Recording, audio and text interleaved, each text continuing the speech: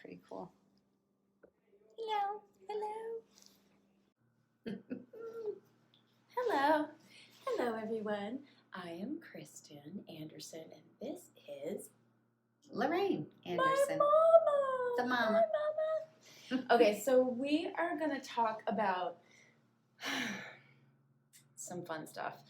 So we were talking at the kitchen table the other morning, and this is what I want to kind of reiterate, because I think it's something that you and I have talked about, and Dad kind of comes in on the conversation, but no one else really knows the story. So we're going to tell everybody the story. Okay, so when I was born and you saw the white mass around the crib when you were in the house, yeah, tell that story. Mm-hmm. Well, it wasn't exactly when you were born. You were like maybe 14 months old. Okay. You were standing in the crib. You could stand in the crib. Okay. Anyway, it was late one night. Dad was working, and I went to go to bed. And I went over by the closet, and I got a chill. Actually, I'm getting a chill right now, telling you. And I didn't think anything of it because the house wasn't insulated that well at that time. But it definitely was a cold space. So I went to bed, and I got into bed, and I put the light on. I had a little light there, and I had a princess phone on the other side of the bed. What's a princess phone? Princess phone is sort of an oval-shaped phone. You know, back in the 70s they had that, and it lit up at night. You know, you pick the receiver, the dial, a rotary dial. You know. Yeah, okay. But anyway, so I had gone to bed, and I had my book, and I was reading, and then I was really, really chilled, and so I thought, well, I'll just snuggle up, and I turned off the light, and I laid down, and then I felt like someone dumped a bucket of ice over my body. And I looked up, and there in the doorway to your room was this white mass, you know, like a smoky mass, moving back and forth. And I was like, whoa, you know, what is that? So I immediately went over to grab the princess phone and call my mother, who lived diagonally across the street. And I picked the phone up, and she answered. It was like midnight or 12:30, something like that. And I told her, I think we have a ghost, or it's my grandmother, or somebody's here. And she said, don't be ridiculous. And I said, no, I'm telling you, this is in the doorway, and you know, it's moving about. And she said, okay. She said, I'll come over. I'll walk over. So I hung up the phone. I laid there. I had my eyes shut tight, and I started praying. And she came in. She had a key, so she came in, and it vanished, and it was gone. But you were standing up in the crib. And so after all that... Was I saying anything? No. Was I making any noise? No. Well, you were crying, you know, crying. You wanted me to pick you up, of course. You know, It's 12:30 at night, standing in the crib. So, yeah, I was a little hesitant, but I did go and get you. And, yeah, and that really was it. You know, she said, you know, you're being ridiculous. There's nothing here, you know. And I said, no, it was there. It really was there. And so, yeah, so that was, I have no idea at that point what that was.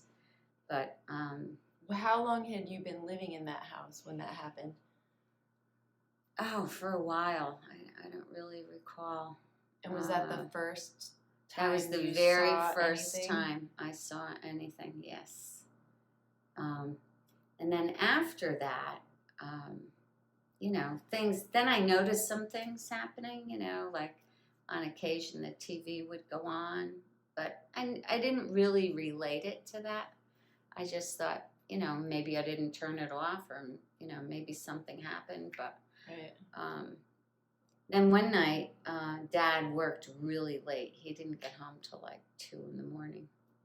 And I had gone to bed again and went to sleep, and I heard a huge crash in the attic above us, in which Dad was using a router to.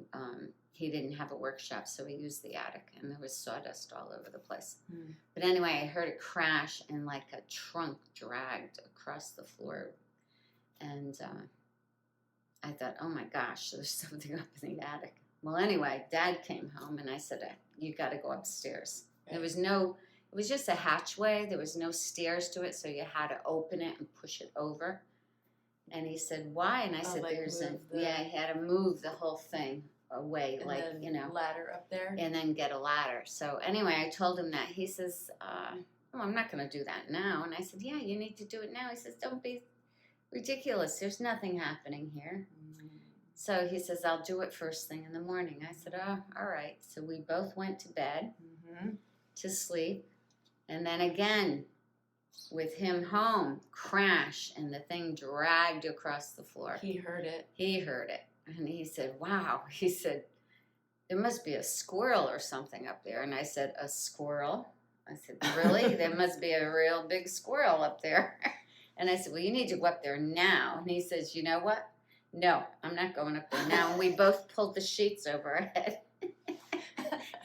and hid under the blankets. Whoa. So that was the second, whatever you want to call it. And the next morning, he did get a ladder, and he went upstairs, and there was nothing moved at all. Nothing. Sawdust was everywhere.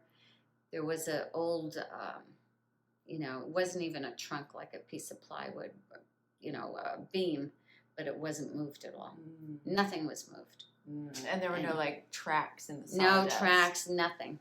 No. Interesting. So, so that was it. And then what? Is there anything else that happened there in that house? Well, after when we moved out, a lady moved in, and she felt some spiritual stuff going on in there, and she would see things in the windows, and not nice things. What kind of things? Faces and stuff. I don't really know exactly, but they weren't nice. She thought the place was haunted. Mm. So the Warrens, the ghost hunters, came there and had a seance. And they said they felt a presence of a young girl who had fallen from a nearby tree, and her spirit was earthbound.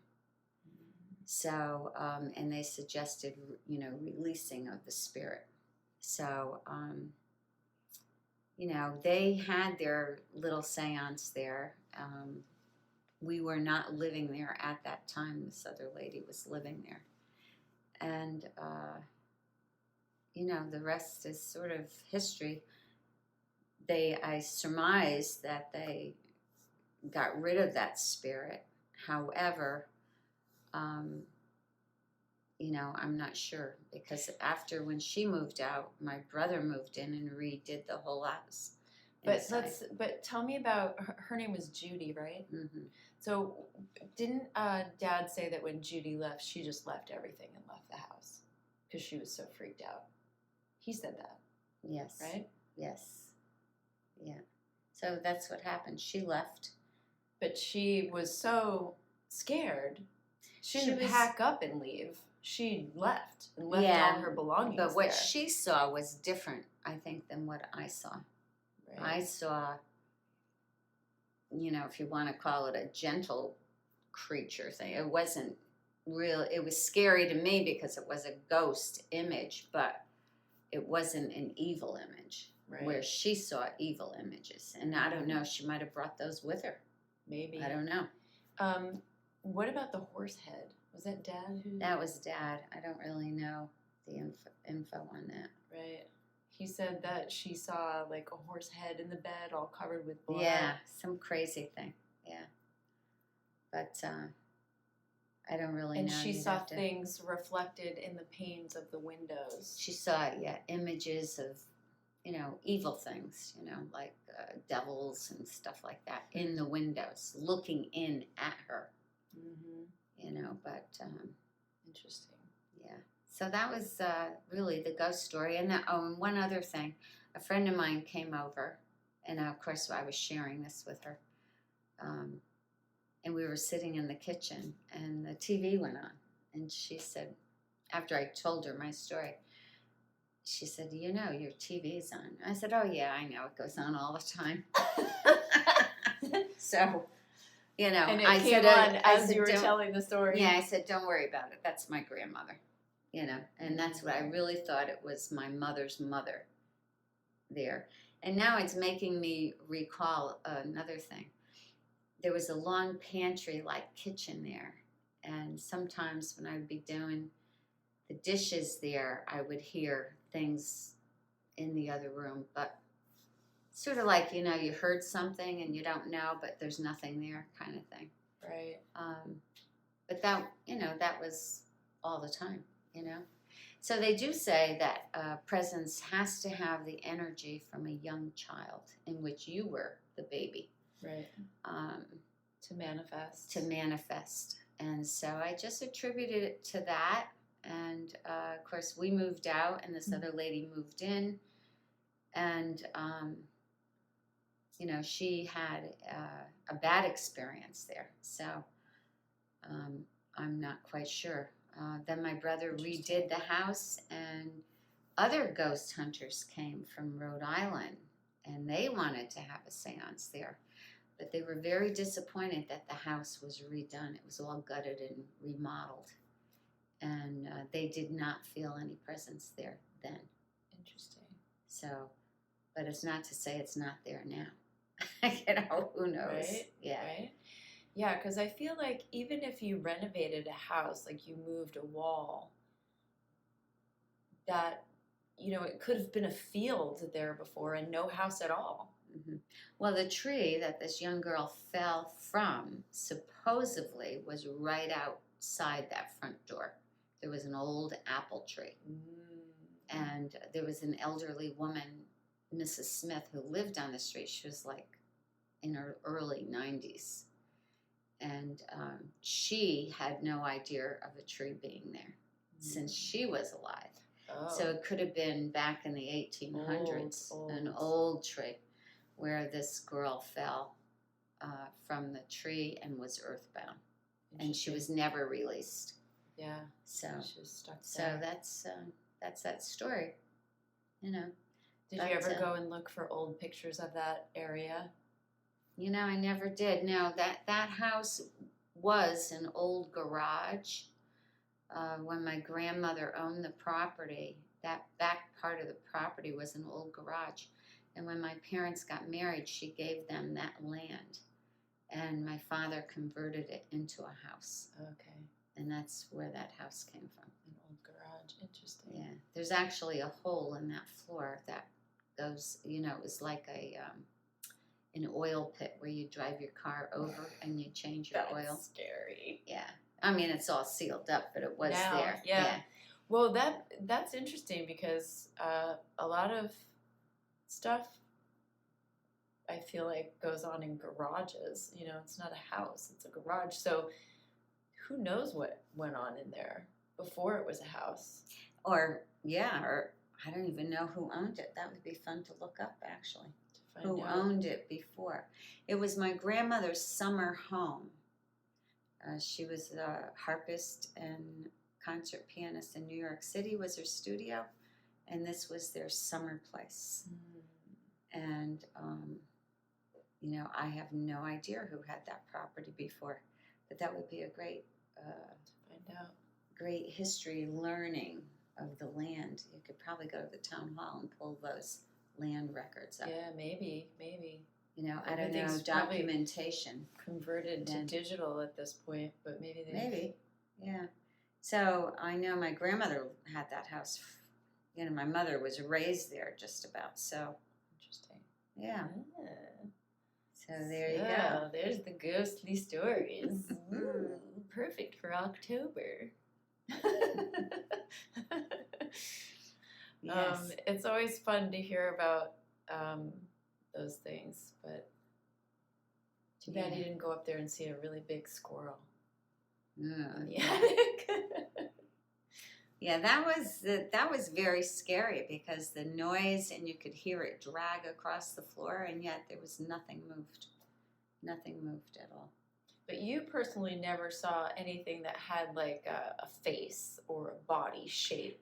No, Just the that mass I mass. saw was like it was a ghostly looking mass, like cloudy white, and it was moving side to side Like a little. cloud. Yeah, it was like a cloud. It didn't have a face or anything, Interesting. but it was right in the doorway, and it gave me the shivers, jeepers and shivers. How far from your bed was my doorway? I would say maybe 5 feet. Oh, that's not far. It wasn't far. No, it was very scary. Yeah. And then my mother, of course, thought I was out of it. But, and I don't think she experienced that. But she did come over, and I was very glad she lived next door because Dad didn't come home, for like another hour and a half. Had I been alone like that, I probably would have really freaked out. Right. I think I would have grabbed you and ran over there and got out of the house. Right. Right. But that's interesting. So it's funny that when you have these experiences and you don't know that anybody else who's ever had it, you just kind of think you're a little bit crazy. Like, was that my imagination? And you have no proof. Yeah, there was no proof except the feeling of someone dumping like that ice water all over you, and you had the chills, and you were cold, and you couldn't get away from it, and that follows you, until you, I guess, maybe visualize what you saw. I don't know. That did go away, but I was praying like crazy, Right.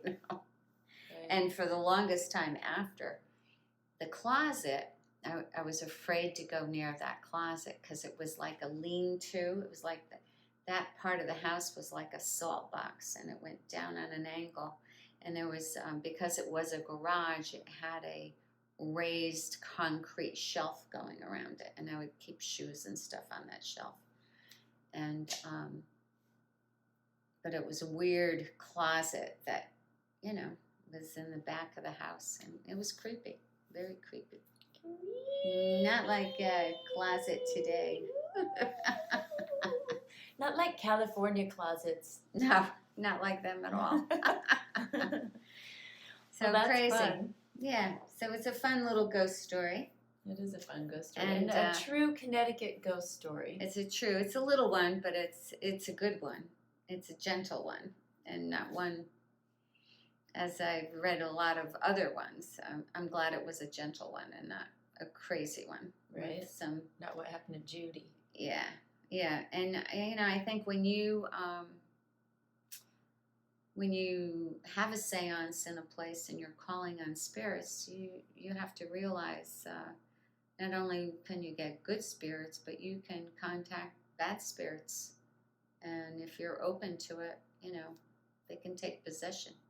So you have to be careful. And that actually leads right into what I want to talk about, which is how to protect your space from bad spirits. Dun, dun, dun. Stay tuned.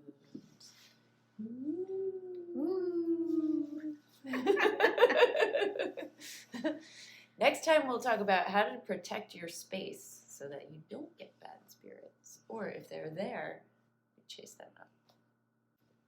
So one of the differences, I think, in getting the chills from a spirit world versus feeling the presence of God, which I have felt. The spirit world was cold chills. The presence of God was warm and glowing, and you felt it. A glowing all over your body of just flowing warmth through your whole body. So that's interesting. And that was like, wow, this is really happening. That I can feel God's presence within me. And you felt love, probably. And love, and yeah, it was just a great, great feeling. Where the other was not so great. It was cold, scary, chilling, very unsettling, I guess is the best word. Unsettling feeling of not knowing what this was. But the presence of God, I knew immediately it was God. It was God's presence. That's interesting. Yeah, I was saying that if you have these experiences, you might not realize what it is, or people would think that maybe you're just dreaming, or you're having this dream, but you know it's not a dream, and you're not really sure why you know it's not. It feels different because you get these chills in your body. Your body literally feels different. Right. And so it's not a dream. That's actually some sort of a communication.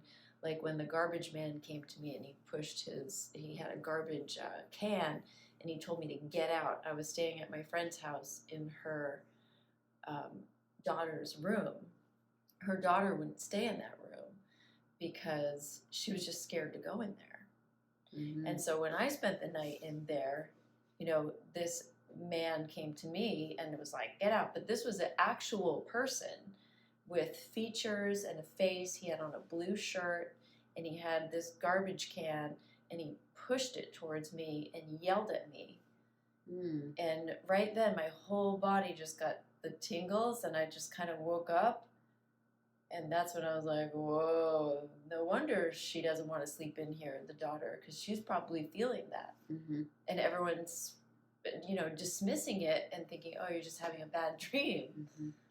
And I think one of the things is when you feel those things, there probably is a presence there, and you have to really, examine it. Examine what is happening, and, why are you feeling that way? And so, sometimes, like in the case of my friend who's in this house that has that entity that I experienced, since they moved to this house, their family has been very troubled. Mm. And they had somebody come into their house she did. Her husband doesn't believe in it, but she had somebody come in her house to clear it. And apparently they charged her over $3,000 to clear this house. And that was about 3 years ago, maybe 4 years ago now. And I said, well, have you done it again? Because the entities that are like really entrenched in the house, you can clear it for a little while, but then if you go away, they're just going to come back. Mm. Especially if they're still here. If you on haven't this cleaned plane. the house. If they haven't left, mm-hmm. then they'll just come back because that's their space and they've been there longer than you, most likely. So unless you're actively clearing it. So you're sort of intruding on their space when you're in there. Yeah, that just reminds me of that movie, The Others. Did you see that with Nicole Kidman? That. Yes, that was creepy. When they realize, it's not until the end where they realize that they're the ghosts. Ooh, that gave me shivers.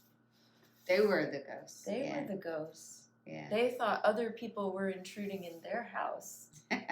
And they were. Yeah. But they were gone already and didn't realize it.